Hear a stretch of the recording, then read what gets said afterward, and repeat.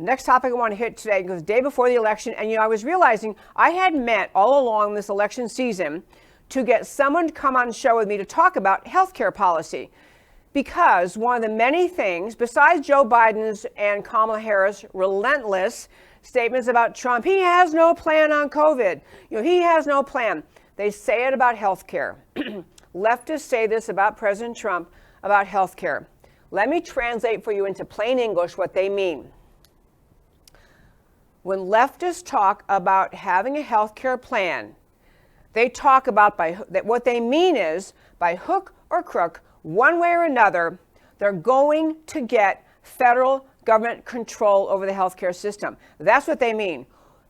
Having Obamacare pass when it did in 2010, it passed because that's as far as the Democrats dared to go. They got us way down the path of socialized medicine, but not all the way there. They were a little bit afraid of just completely taking over. And still, actually, the passage of Obamacare compounded with the Democrats' decision under President Obama to bail out the car companies and interfere as they did in the housing market, all those things that they did. Many Americans realized, wow, Obama really is a Marxist. He really is a socialist / communist. Let's take power away from him. That's why the Democrats lost control of the House in 2010. But back to where we are now. That's all Kamala Harris and Joe Biden are saying when they say Trump has no plan.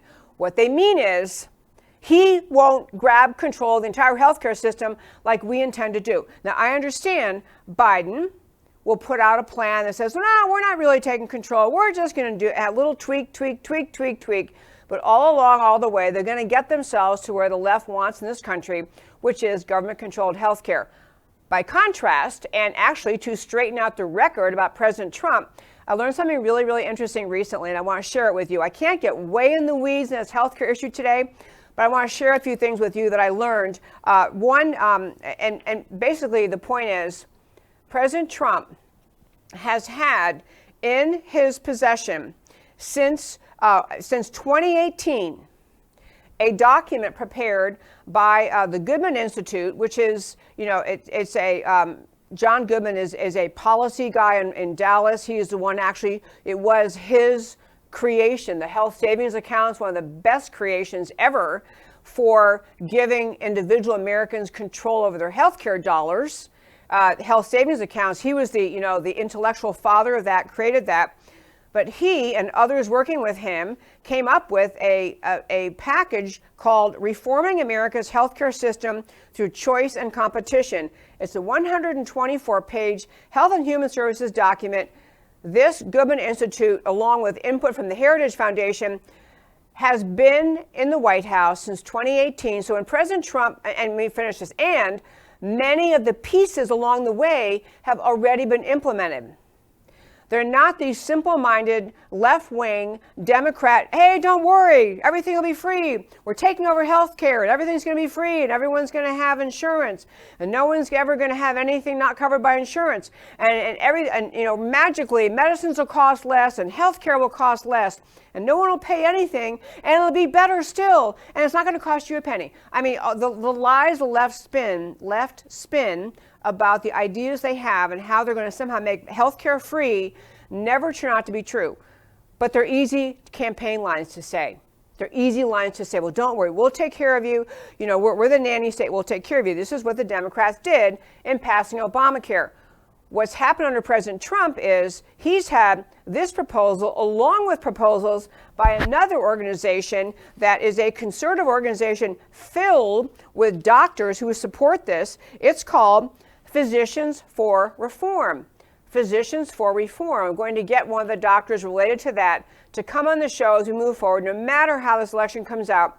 But the point is, the Trump administration, contrary to the picture that Biden and Harris try to paint, the Trump administration has had serious, substantive policy input on the subject of healthcare, and they've made many, many, many, many changes. Many, many improvements. They're not things that can splash out in a headline and sound like they have saved the world, as the Democrats try to do, but they're actually meaningful. and significant and specific and addressing a specific problem in the healthcare world and solving it of all things. So I will tell you, they've worked on things such as virtual medicine, the ability to deliver medical care remotely. They got the Center for Medicare and Medicaid Services, CMS, to essentially get them to where they could have doctors and patients being able to communicate over email and connecting personally. This was something up until, in fact, at the start of 2020, it was still illegal by an act of Congress for Medicare doctors to consult with their patients by phone or email, except in rare circumstances. This is one of the suggestions of actual doctors on the ground, actual serious healthcare policy experts looking at a situation and saying, this is crazy. There are many things people encounter that we could actually listen to the story over the phone, over email, and help the person get the care they need. Trump came along, made necessary changes, so then you have the Centers for Medicare and Medicaid Services sort through and determine which of the various issues could be handled this way. Point is, Trump administration pushed on something that had been long in the Medicare law that prohibited this kind of interaction between doctors and Medicare recipients. And so, according to CMS, between mid-March, and they kind of got kicked in high gear because of COVID, according to CMS, between mid-March and mid-June of this year, more than 9 million Medicare beneficiaries alone received a telehealth service. That's real help. That's not writing a bill and pretending everything can become free like the Democrats tell you. Real help for real people who actually needed it. And it said including more than 1 in 5 beneficiaries who live in rural areas and almost 1 in 3 beneficiaries who live in cities. So that was one thing, and they have all sorts of other things, more steps they could take. They have changes in, these are just things, there's a whole litany of them here, and I actually, because I don't want to run out of time to make my last point for today, if you go to our website, americacanwetalk.org, on the homepage, under shows, drop down, list of links, you can read this document. I think we called it Goodman Institute, What Trump Has Done to Change Healthcare and How It's Helped Battle COVID-19. The point I'm telling you is the lie when you hear Joe Biden or Kamala Harris, when you hear them or see them stare you in the face in the camera and say, Trump doesn't have a plan, we have a plan, we're fixing everything, they are lying to you. Enormous steps of actual progress, significantly helping people, have been made under this president because he's actually taking substantive input from grown-ups, not political slogan slingers like Biden and Harris, but actual doctors, actual experts, actual policy people giving him ideas and his administration processing those ideas and coming up with a whole long host, a list of great changes made to our healthcare system because of someone who will actually listen to what the doctors and experts are saying. I can't urge you strongly enough to read this, to understand this. Okay, and so on Trump and healthcare, one more thing about this. I'm going to hit this COVID point again in a moment, but I want to hit it one more time in this segment. The other thing that you hear Biden and Harris relentlessly saying is Trump has no plan for COVID. It was his fault. Obviously concocted in a Wuhan virus. The Wuhan virus concocted in some lab over there or whatever the source of it was. We're still making sure we know the answer to that. But they're saying because that happened, all the COVID deaths in America are at the feet of Trump, despite the fact that there's all sorts of dishonesty in the way data are presented, despite the fact that Trump is the one that said, we need to stop travel from China. Now we got to add Great Britain. He was the one that did that and was getting called racist, xenophobic, and other insulting terms by the leftists, including the very leftists telling Biden and Harris what to say about this. And these people were the ones fighting Trump while he was trying to protect America. But moving forward from that, even where we are now, you have heard you've heard Biden in his various iterations. First he says, I'm not going to mandate masks. Yeah, I'm going to mandate masks. You can find him saying either. He did say he's going to mandate masks.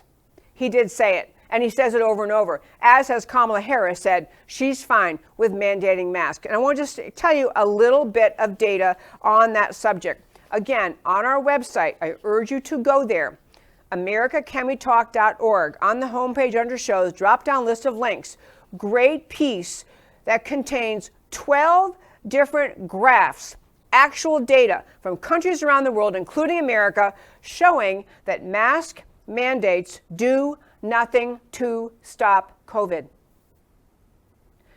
And so you have to ask yourself, because somebody on Biden's team apparently reads, on Kamala Harris's team reads, somebody knows these facts, that they actually have data. Mask mandates do not stop COVID. They do not.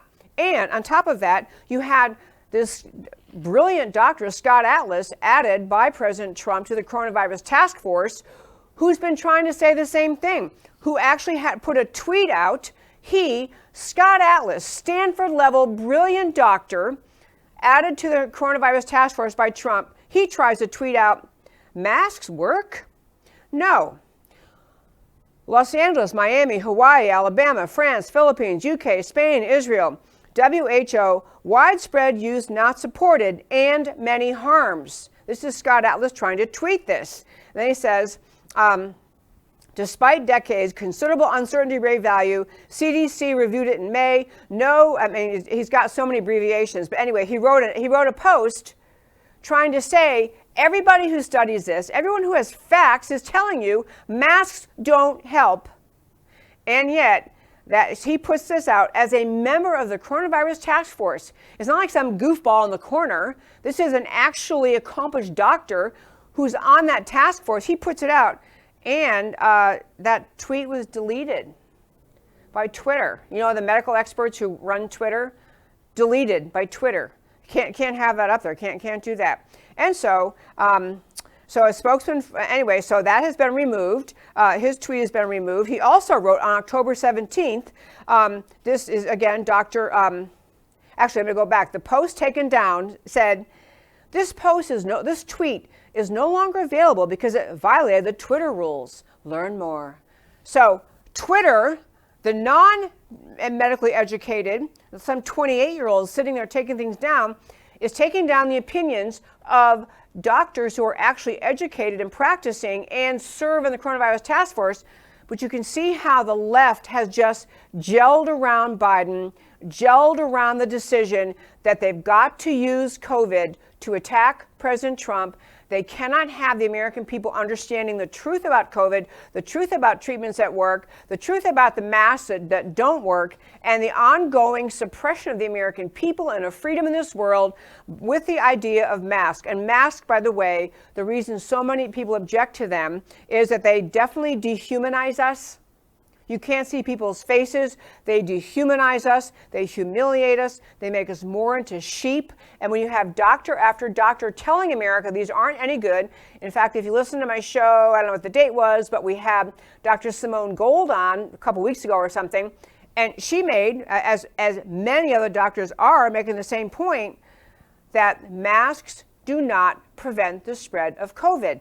As Simone Gold pointed out, a microbe of COVID-19 is smaller than 1/1000th the size of one single human hair. They're tiny. They penetrate anywhere. They penetrate these silly cloth masks. And she said, wearing a mask to prevent the spread of COVID is like building a chain link fence to prohibit mosquitoes. Pointless. But I got to wrap up this segment because I want to hit one other segment. And there's so much data up on our website today. I really urge you to go there. There's data out of Europe making it very clear that even though they're going to shutdowns again, the shutdowns didn't prevent the spread of COVID. The masks don't prevent the spread of COVID. The whole concept of somehow some uber brilliant, powerful politician can come up with a magic policy, make it all go away. This is for juvenile thinkers. This is for children. This is not dealing with reality in the adult world. You can have policies that protect the vulnerable and let the rest of the people go. Let the rest of the people live in freedom. Let the rest of the people open their businesses, open their schools, function normally, and we do not have to have these draconian shutdowns that so many places have been doing and are doing again.